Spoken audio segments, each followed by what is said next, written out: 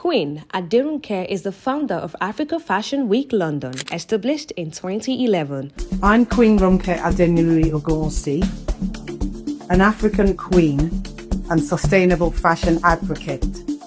Also the founder of Africa Fashion Week London, which has now showcased over 1,000 designers from more than 33 African countries to over 70,000 visitors.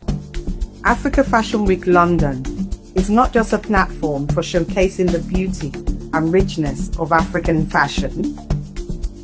It is a celebration of the connection between Africa and the global community, particularly here in the UK, we're the mother of all the Africa Fashion Weeks around the globe. In 2014, she expanded the initiative, becoming the founder of Africa Fashion Week Nigeria to support emerging African designers. She is also the founder of Aderonke Textile Training Hub in Ile-Ife, Nigeria. And I'm thrilled to share this moment with you. Today on Rapid Meets, let's have a chat with Queen Aderonke on the inspiration on her journey so far.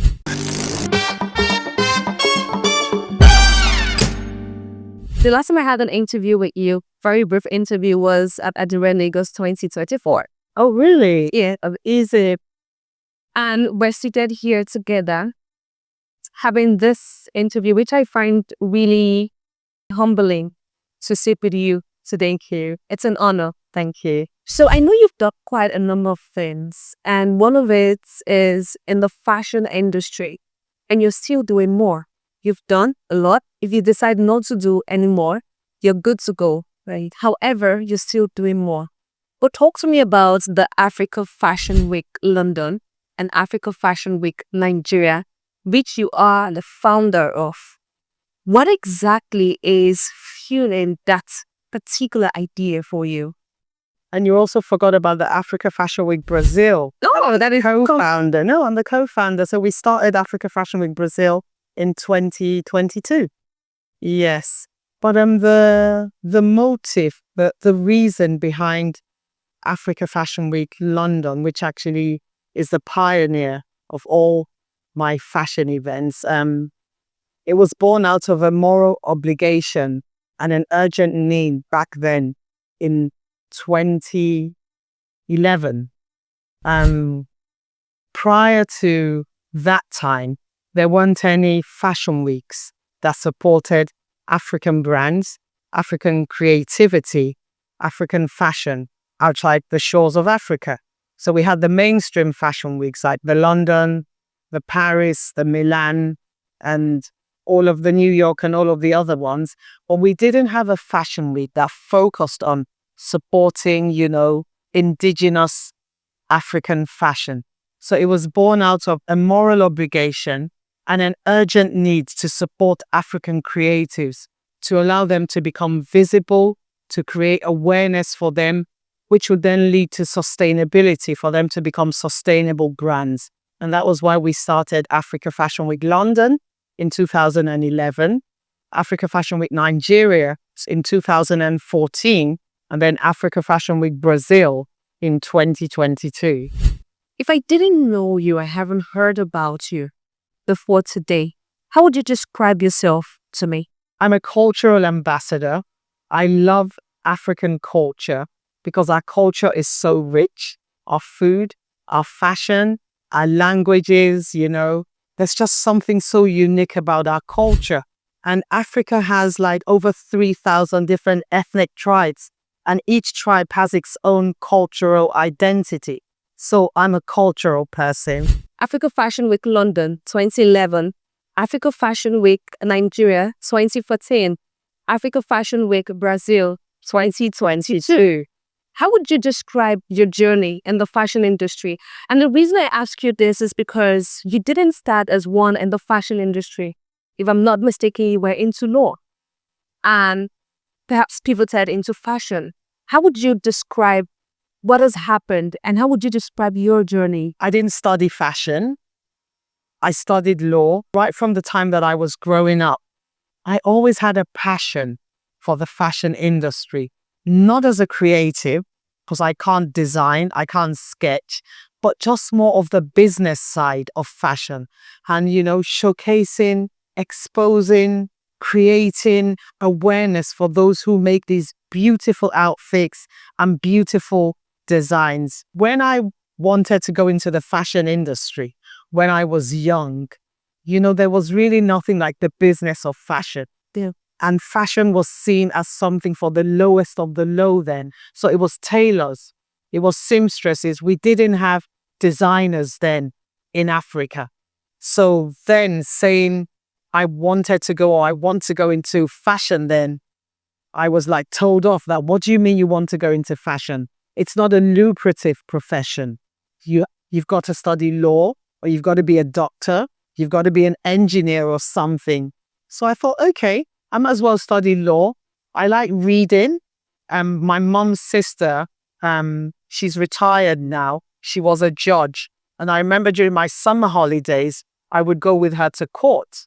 I would see her sit down and preside at all these cases. So I think the alternative to fashion was law.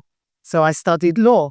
But while I was studying at West London University, I used to travel around the world to bring different fashion items to sell to my friends. So that business of fashion, it was still inside me, even while I was studying law. I love it. Well, let's talk about your journey so far.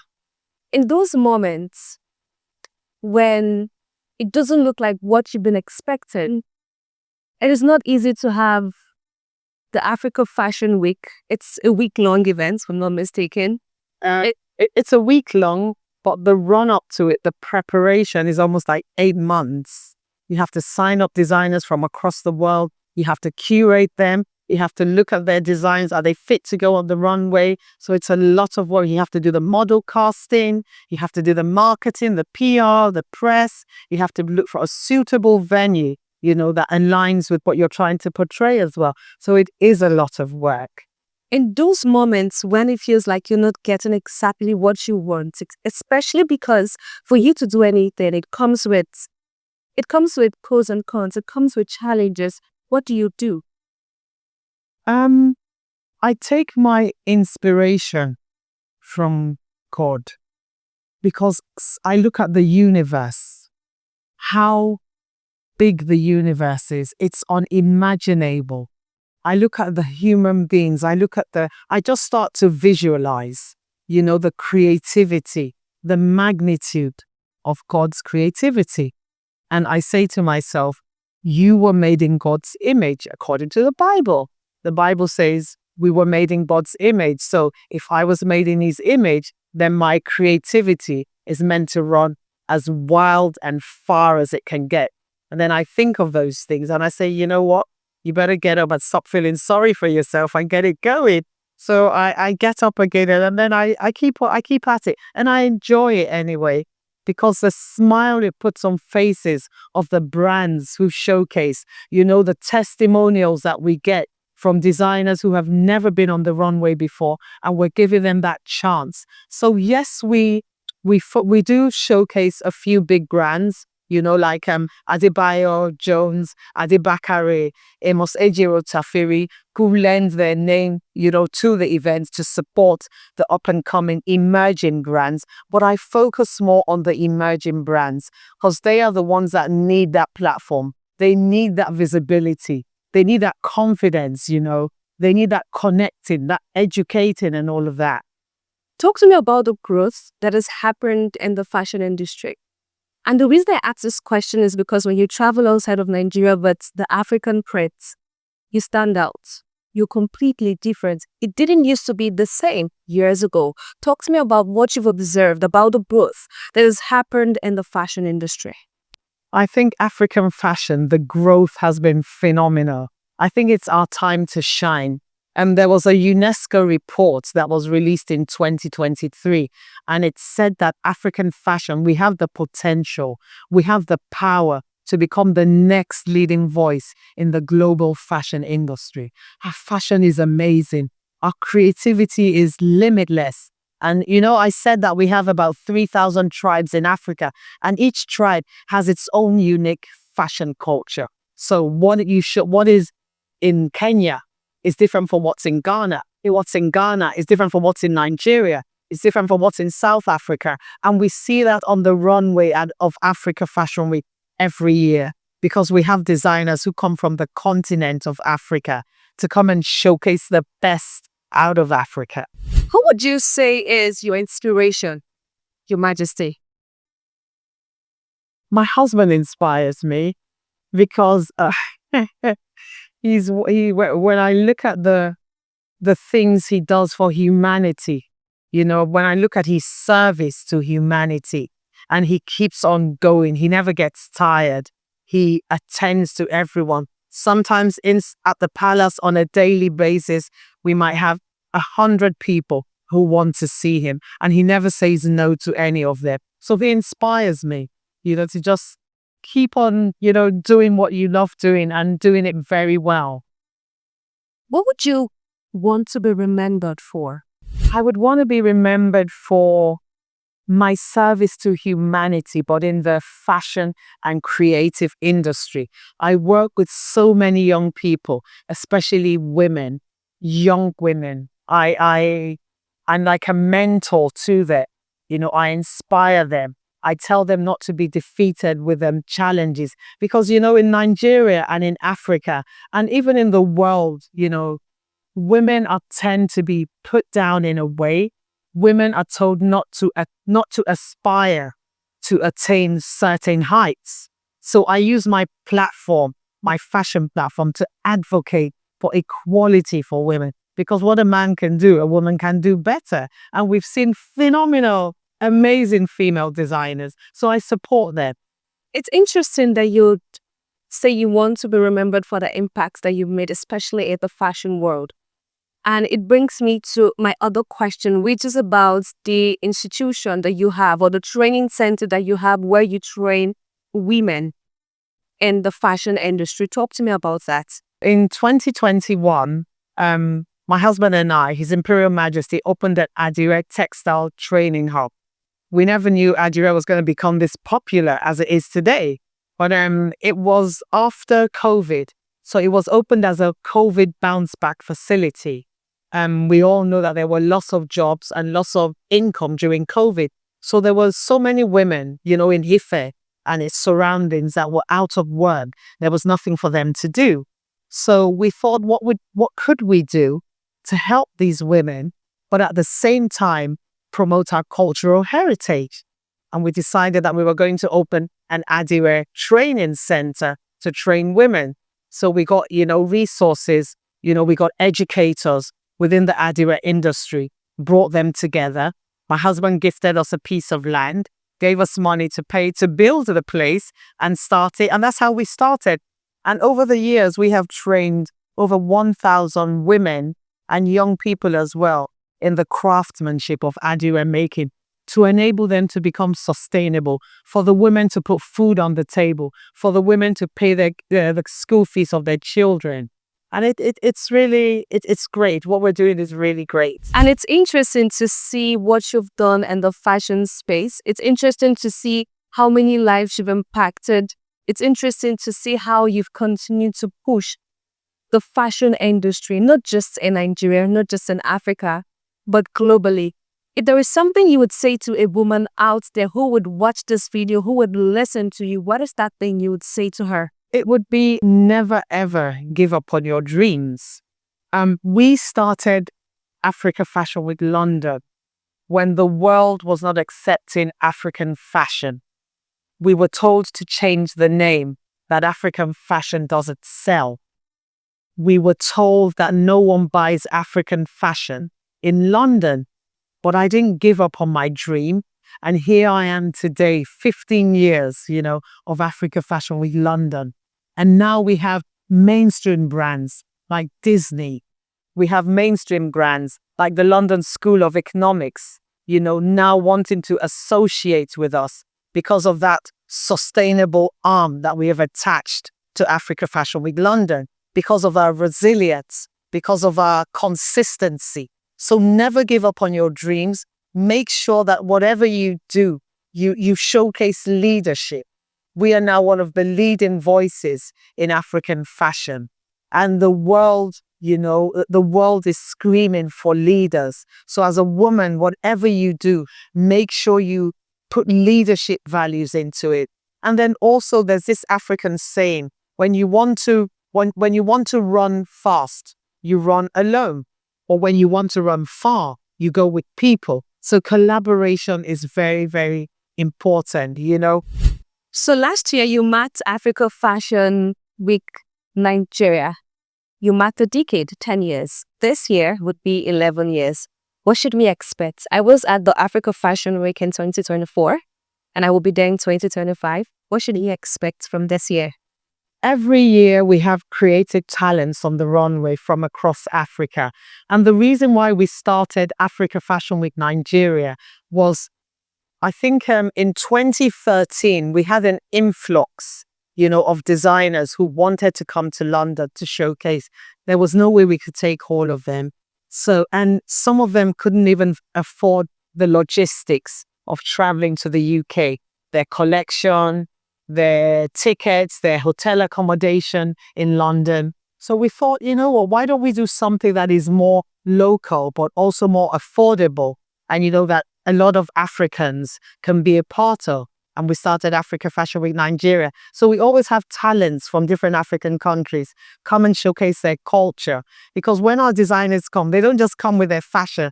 They come with their textiles. They come with their storytelling, different narratives about their culture. So it's more of a cultural exchange fashion program. So you're going to see much more. Last year we had masquerades on the runway. We had the igunu that was going up and down, and people were like, what is this? So this year, we're going to have something different, but that also, showcases the African culture because it's our time. Yeah, I love it. I love it. Right here at this space where we are, something is happening. It means the design here is completely different and it speaks to something. Now let's talk about Indigo Inu. When I came in here, I told the person that brought me that this place looks completely different. But Your Majesty, I would love you to walk me through what is happening here today and the idea behind it. Okay, so this is an installation that's part of the EcoBank Adire Lagos. We're one of the founding participants, and we always work with them, to bring out the best out of Adire. And Adire now has become a global fashion textile brand. It has become something that everyone is now talking about. But I thought, as much as we're showcasing Adire, we have all the beautiful colors, but it's also good not to forget the past of Adire, and which is the indigo elu past of Adire, because that's where it all came from. And what we have today is an indigo installation. It's a combination of indigo from Cotonou and Nigeria, Ile-Ife. And we have brought different colors of indigo together. Some of the fabrics you see here are Etu fabrics that date back to 60, 70 years old. So it's kind of reviving, retelling the story of the importance of indigo. Because I think right now we're used to a lot of the synthetic dyes. A lot of the beautiful designs we see in Adire are the synthetic dyes, which make them so colorful and beautiful. But there's also the indigo as well, which is where the Adire started from.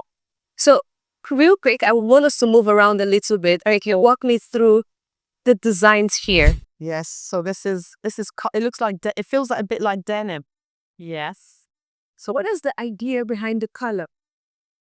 The idea behind the color is, so we have about 21 shades of indigo.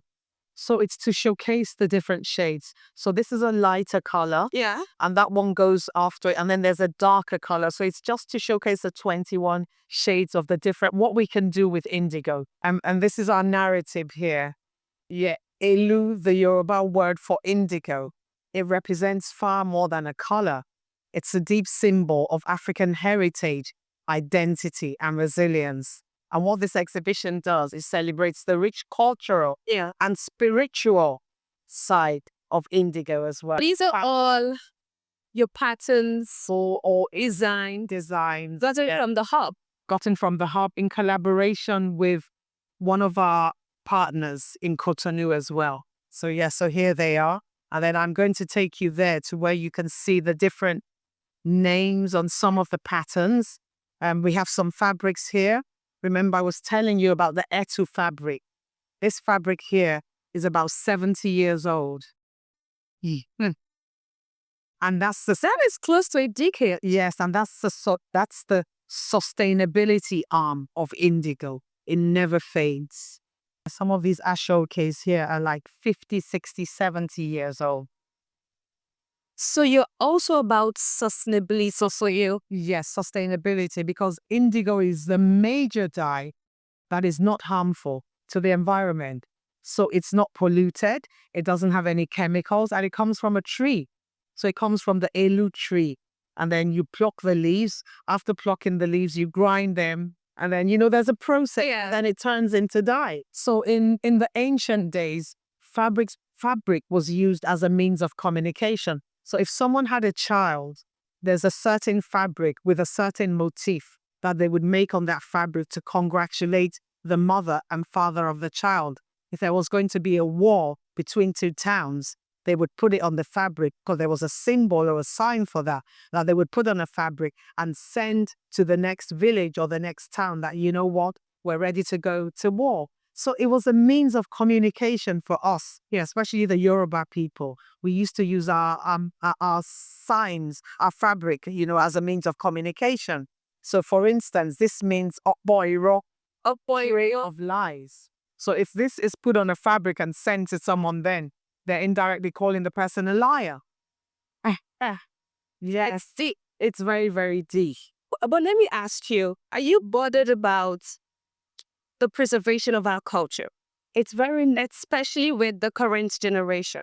It's very important. I'm bothered because my husband says this, and I'm going to say it in Yoruba, that Ashata bafile omolowo omangparo. So our customs, our traditions that we do not pass on to the next generation, they go into extinction. So it is very important, to preserve our culture, our heritage. It must be passed on so they can pass it on as well. So I'm happy that, the generation now, they are gradually, moving towards accepting the African culture. Because when I was growing up, what I'm wearing now, things like this were not accepted. But now you can go out proudly wearing this anywhere in the world, and you look lonely and you hold your head up without being apologetic about it. When I was growing up, you dare not go out, in an African outfit because you would think people would be staring at you. But now, our kids, nephews, nieces, they all go out and they wear it with so much pride. And then our Afrobeats as well, that is helping a lot. I go into some stores in the UK, in Europe, and I hear them singing. I hear people singing Wizkid, Ashake, and they don't, but they're singing it because they enjoy the lyrics, they enjoy the sounds and so yes. Your Royal Majesty, I'm going to say thank you. Thank you. It is indeed an honor and a pleasure to have this conversation with you. But most importantly, the legacy that you're leaving, the impacts that you're making, and the people that you're influencing. It's really beautiful. And thank you.